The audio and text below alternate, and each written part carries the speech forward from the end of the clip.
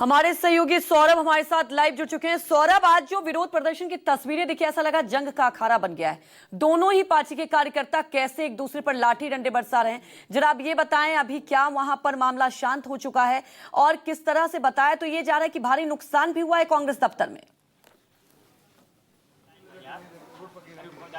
जी बिल्कुल, आप सही कह रही हैं, भारी नुकसान हुआ है। सदाकत आश्रम में सैकड़ों की संख्या में जो बीजेपी के कार्यकर्ता थे वो अंदर घुस गए और उन्होंने तबाही मचानी शुरू कर दी।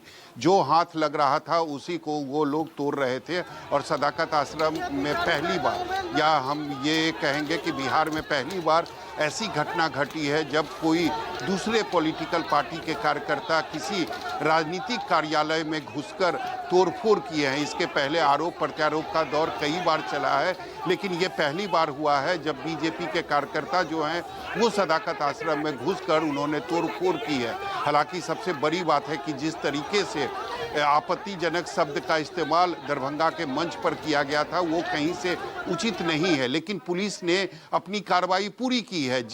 जिसने भी अपशब्द का इस्तेमाल किया था पुलिस ने उस शख्स को गिरफ्तार कर लिया है। हालांकि ये सारी जो घटना है ये राहुल गांधी और तेजस्वी यादव के जाने के बाद हुआ था। उनकी जो वोटर अधिकार यात्रा है वो जब दरभंगा से क्रॉस कर चुका था तब उस मंच पर, यानी जो महागठबंधन का मंच था उस पर कुछ असामाजिक तत्व जो थे वो चढ़कर कुछ आपत्तिजनक शब्दों का इस्तेमाल प्रधानमंत्री के लिए उन्होंने किया था। और उसके बाद पुलिस हरकत में आई, एक्शन में आई और उस आदमी का पहचान किया गया। नौशाद के रूप में उस शख्स की पहचान की गई और पहले एफआईआर हुई, फिर उस शख्स की गिरफ्तारी भी हो चुकी है। तो निश्चित रूप से कानून अपना काम कर रहा था, तो दूसरी तरफ बीजेपी कार्यकर्ताओं को इतना ज़्यादा आक्रोशित होने की ज़रूरत नहीं थी।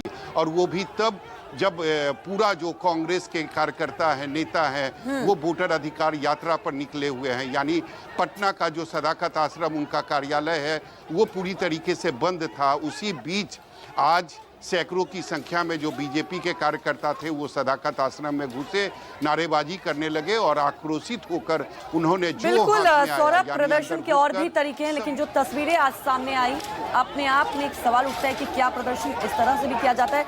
सौरभ, आप गोपालगंज में मौजूद हैं, जरा ये बताएं राहुल गांधी की यात्रा का आज क्या रोड मैप है, क्योंकि वोटर अधिकार यात्रा चल रही है और ये जो दरभंगा में उसी यात्रा के दौरान हालांकि मंच से चले गए थे राहुल गांधी और तेजस्वी, उसके बाद ये पूरा बवाल हुआ है।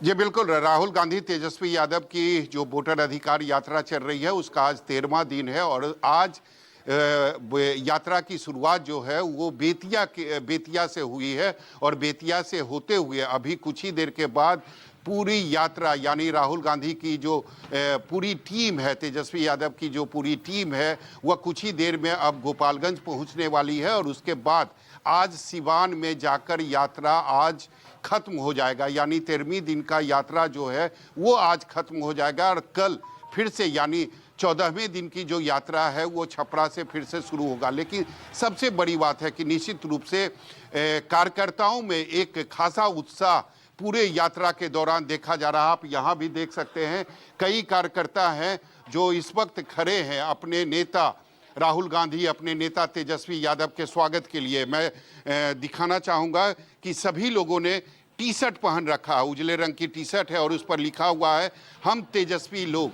ये सारे जो हैं वो आरजेडी के समर्थक हैं, तेजस्वी यादव के समर्थक हैं। इनका कहना है कि निश्चित रूप से अगर युवाओं की जो मांग है अगर उसको कोई पूरा करेगा तो वो तेजस्वी यादव हैं। और लगातार तेजस्वी यादव कहते भी हैं कि बिहार के जो युवा हैं वो हमारे साथ हैं और 20 सालों की जो सरकार है, एनडीए की सरकार है, कहीं ना कहीं ये खटारा हो चुकी है। जन समर्थन मिल रहा है इस यात्रा को लेकर, हमारे साथ जुड़ने के लिए आपका बहुत बहुत शुक्रिया। आगे भी इस खबर पर आपसे अपडेट लेते रहेंगे।